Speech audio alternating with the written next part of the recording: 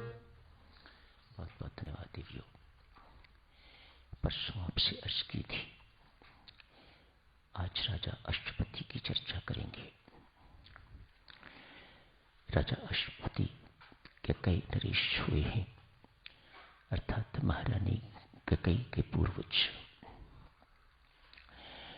आज शायद शुरू छांदोग्य उपनिषद की ये प्रसिद्ध कथा, इसका शुभारंभ यहां से होता है। महर्षि उद्दालक के पास 5 वेदवंत तपस्वी मुनि गए हैं। वेदों पर चर्चा हुई है। महर्षि उद्दालक इन 5 के शुभागमन पर अपार हर्षित है।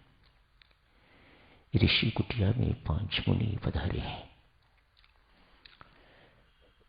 सारा दिन सारी रात शास्त्रों पर चर्चा चलती रही। अंततः इन 5 ने कहा, महर्षि, हमारा ज्ञान मात्र पुस्तकों तक ही सीमित है। जो कुछ हमने अभी चर्चा की है, आत्मज्ञान की चर्चा की है, ये सिर्फ पढ़ी लिखी बातें हैं। हमें किसी प्रकार की अनुभूति नहीं है। मेहरबानी करके हमें अपने चरण शरण में लीजिए, हमें आत्मबोध दीजिए। जो कुछ हमने पढ़ा है, जो कुछ हमने जाना है, उसका अनुभव कर सकें। इसी को भक्तजनों आत्म साक्षात्कार कहा जाता है, आत्म अनुभूति कहा जाता है। याद तो बहुत कुछ है, हमें पढ़ा लिखा भी हमने बहुत कुछ है, सुना भी हमने बहुत कुछ है, और अभी बंद नहीं हुआ, चलता ही जा रहा है। लेकिन इनमें से कितना अनुभव में आया है, देखने की ये चीज है। ये मुनि ईमानदार है, अतएव कन्फेस करते हैं महर्षि उद्दालक के सामने, हमें अनुभूति नहीं है। हमें पता है आत्मा अजर है, अमर है, अविनाशी है, अजन्मा है, नश्वर शरीर की तरह नहीं है, अनश्वर है, शुद्ध है, प्रबुद्ध है, मुक्त है, चैतन्य है, इत्यादि इत्यादि। हमारे भीतर विराजमान है। परमात्मा ही आत्मा के रूप में हमारे अंदर है। हम उस परमात्मा के अंश हैं। हमारी चेतना परमात्मा से भिन्न नहीं है। जैसा परमात्मा है, जो गुण हमारे अंदर है, हमारे आत्मा के गुण है, वही परमात्मा के गुण है। दोनों में कोई अंतर नहीं है। लेकिन महर्षि उद्दालक ऐसा हमें अनुभव नहीं है।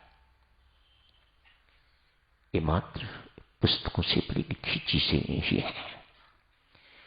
मेहरबानी करके हमें उपदेश दीजिए ताकि हमें अनुभूति हो सके।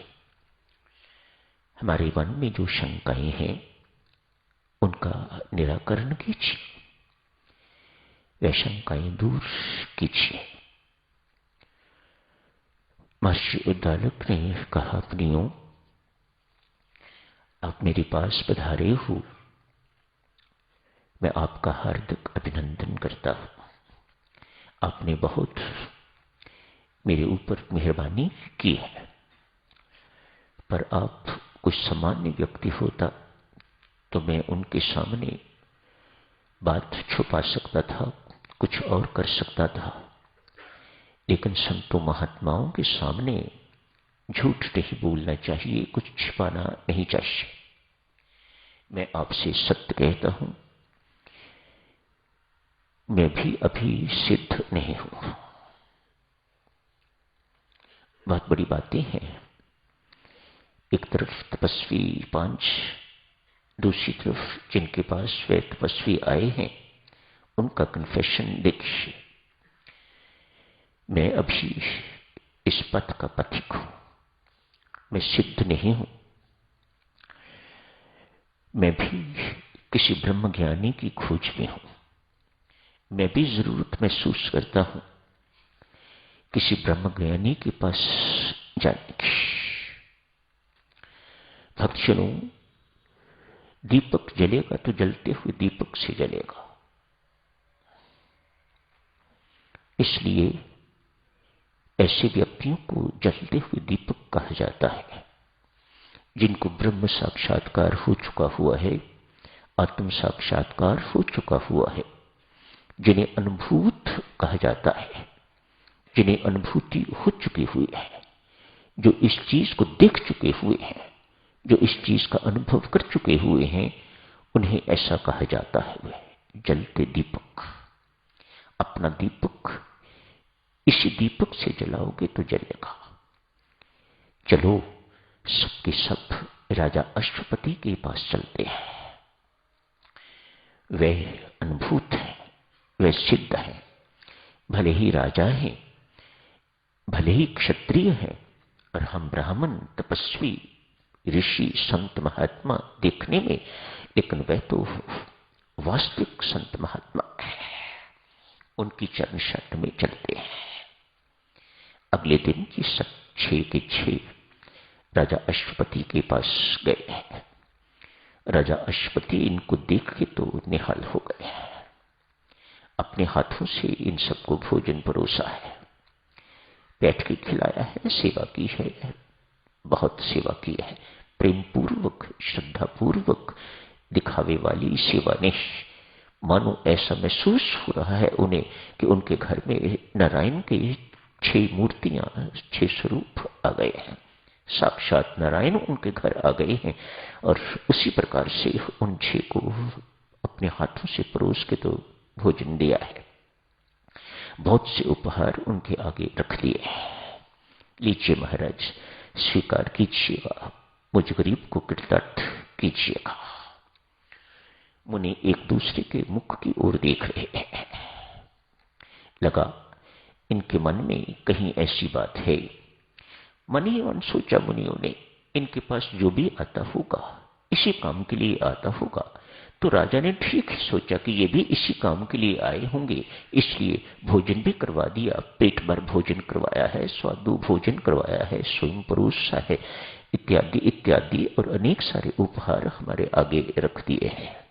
इनके पास जो भी कोई आता होगा इसी काम के लिए आता होगा। और राजा की सोच बिल्कुल सही कि ये भी इसी काम के लिए आए होंगे। एक दूसरे की ओर देख रहे हैं, हम इस काम के लिए नहीं आए।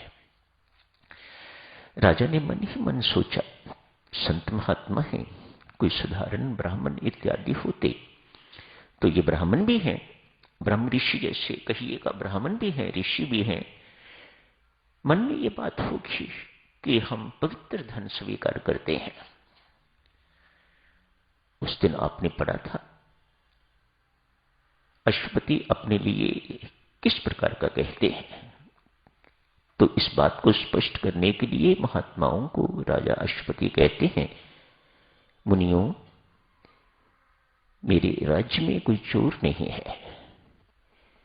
चोर इसलिए नहीं है कि किसी को किसी प्रकार का कोई अभाव नहीं है, कोई भीख मांगने वाला नहीं है।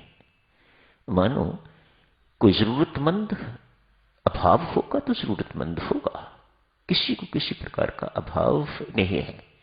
जितने भी धनवान हैं मेरे राज्य में सब दान देने वाले हैं, दानी हैं, कोई व्यभिचारी नहीं है, इत्यादि इत्यादि। अतएव मेरे कोष में जितना भी धन है आप सच मानिएगा, पवित्र है, आप इस धन को स्वीकार कीजिएगा। इन